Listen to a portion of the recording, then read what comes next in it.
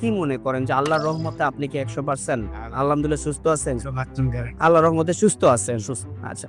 উনি যখন অসুস্থ অবস্থায় ছিলেন তখন উনি কোনো কাজকর্মই করতে পারতেন না, উঠতেও পারতেন না, বসতেও পারতেন না। অবস্থায় থাকতে হতো উনার। আল্লাহর রহমতে বর্তমানে উনি সম্পূর্ণরূপে সুস্থ আছে। অ্যাজ এ রিপোর্ট অনুযায়ী শারীরিক এবং মানসিক সব দিক থেকে উনি আলহামদুলিল্লাহ অনেক ভালো আছেন। আসসালামু আলাইকুম ওয়া রাহমাতুল্লাহি ওয়া বারাকাতুহু। আমি doctor Mohammad Aslam, DHMH BHB Dhaka, BHMH on course Dhaka বিশ্ববিদ্যালয়। বর্তমানে বিশ্বনন্দিত ক্যান্সার চিকিৎসক অধ্যক্ষ ডক্টর এস এম সারোয়ার স্যারের চেম্বার গণস্বাস্থ্য হোমিওতে এজ এ ক্যান্সার চিকিৎসক হিসেবে নিয়োজিত আছি। প্রতিনিয়তই আমরা বিভিন্ন ক্যান্সার রোগীদের রিভিউ নিয়ে থাকি। আজকেও তদ্রুপ আপনাদের সামনে আমি একটা ক্যান্সার রোগীর রিভিউ নিতে যাচ্ছি, যিনি কিনা আমাদের এখানে দীর্ঘ 7 মাস চিকিৎসা করে আজকে 8ম মাসে আসছেন। চলুন আমরা সরাসরি রোগীর মুখ থেকে শুনি রোগীর কি কি প্রবলেম ছিল, রোগীর কি হয়েছে বা কি আসার বিষয়। আসসালামু আলাইকুম। আসসালামু আলাইকুম। ওয়ালাইকুম আসসালাম। ভাইজান কেমন আছেন আপনি? আছি আলহামদুলিল্লাহ। রোগী আপনার কি হয়? আমার বাবা। আপনার বাবা। আপনাদের চিটাগাং এর বাসিন্দা? জি। আচ্ছা, চিটাগাং এর ভাষা আমাদের একটু বুঝতে অনেক সমস্যা হয় বিধায় কথা আপনি বলবেন, এই তো? আচ্ছা ভাইজান, আপনার নাম কি? আমার নাম মিজান। আপনার বাবার নাম? আব্দুল আজিজ।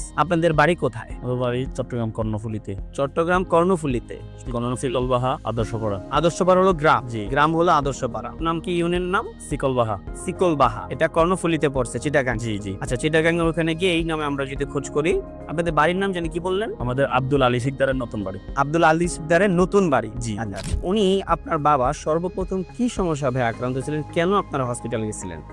সর্বপ্রথম গলায় প্রবলেম হইতো, খাওয়ার দাওয়ার খাইতে সময় মনে হইতো ওনার কিছু একটা বাঁচতেছে জি গলার মধ্যে। জি। হঠাৎ রমজান 25 বা 26 রমজানের দিকে এটা ফেটে যায়। কত সালে? এই গত রমজানে। গত রমজানে? জি। আচ্ছা, ফেটে যায় ওটা। ফেটে যাওয়াতে ওইখান থেকে তুতুর মতো কিছু একটা জিনিস বের হয়। বের হওয়ার পরে কয়েকদিন উনি এত কেয়ার করে নেই। আচ্ছা। হঠাৎ জ্বালা পোড়া শুরু হয়। জি। জ্বালা পোড়া শুরু হওয়াতে আমরা একটা ডাক্তার দেখাইছিলাম।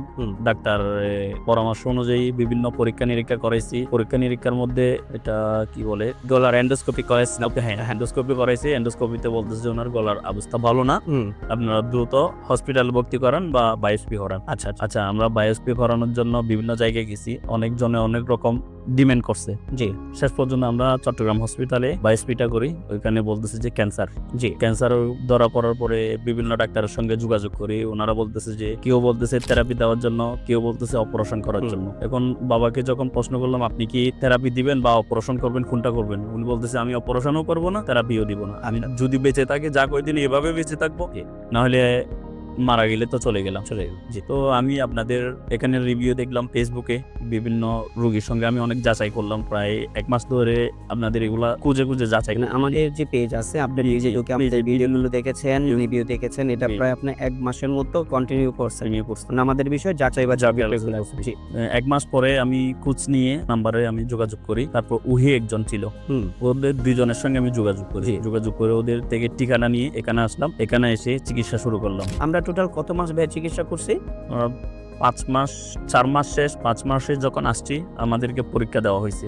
মানে আমরা যখন সব রোগীকেই বলি যে আপনারা 4 মাস আমাদের এখান থেকে ওষুধ খাবেন, 4 মাস ওষুধ খাওয়ার পরে আমরা পুনরায় আপনাদের পরীক্ষাগুলো করব। তো আমরা পরবর্তীতে 4 মাস ওষুধ শেষ করছি। শেষ করে 5ম মাসে যখন আপনি আসছেন, তখন আমরা আপনাকে কিছু পরীক্ষা নিরীক্ষা দিয়েছি, এবং সেই পরীক্ষার রিপোর্ট অনুযায়ী আল্লাহর রহমতে আমরা যখন পুনরায় যে পরীক্ষাগুলো দিচ্ছি, সেই পরীক্ষাগুলোতে ক্যান্সারিয়াস যে মার্কার আছে, আমরা এজটা ক্যান্সার নির্ণয় করতে গেলে যে মার্কারগুলো আমরা পরীক্ষা করি, সেই মার্কারগুলো আমরা পরীক্ষা করে দেখলাম যে আল্লাহর রহমতে এটা সম্পূর্ণরূপে নরমাল আছে।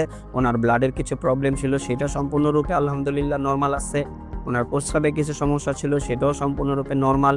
এবং সর্বোপরি আমরা একটা আলট্রাসোনোগ্রাম করছিলাম, হোল বডি, হোল অ্যাবডোমিনের একটা আলট্রাসোনোগ্রাম করছি, আলহামদুলিল্লাহ সেই রিপোর্টটাও নরমাল। এবং কিডনির যত প্রবলেমগুলো ছিল, যেমন ক্রিয়েটিনিন, এরপরে আপনার এসজিপিটির, এই সমস্ত রিপোর্টগুলো কিডনি এবং লিভারের, এটিতে আলহামদুলিল্লাহ উনি সম্পূর্ণরূপে সুস্থ আছে। 4র্থ মাসে ওষুধ শেষ করার পরেই 5ম মাসে উনি সুস্থ আছে। এটা আল্লাহর কাছে হাজার হাজার শুকরিয়া।